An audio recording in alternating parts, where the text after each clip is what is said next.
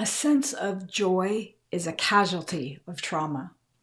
Fear, anxiety, and possibly pain create barriers that block us from experiencing pleasure, let alone moments of laughter, play, or fun. Ironically, these are the very things that release happiness hormones, which play a vital role in building our resilience.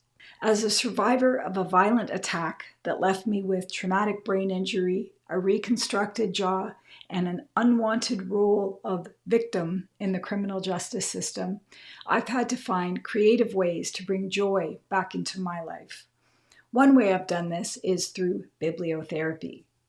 At its core, bibliotherapy is the healing power of reading, essentially the therapeutic effects of reading, or book therapy. But its true impact goes far beyond simply picking up a book, which is great news for those who don't consider themselves avid readers.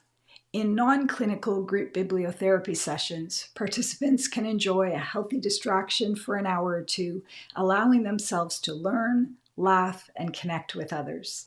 During the session, the facilitator reads a variety of texts centered on a theme, and participants have the option to join the conversation or simply listen as others share their thoughts.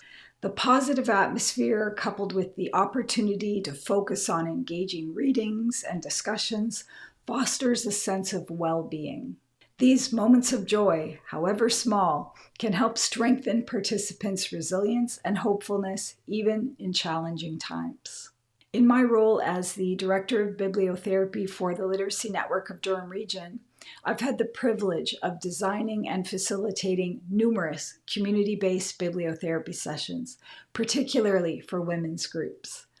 As a survivor of gender-based violence, I deeply understand the trauma many women face, which fuels my passion for creating content that supports not only their learning, but also their mental health and well-being.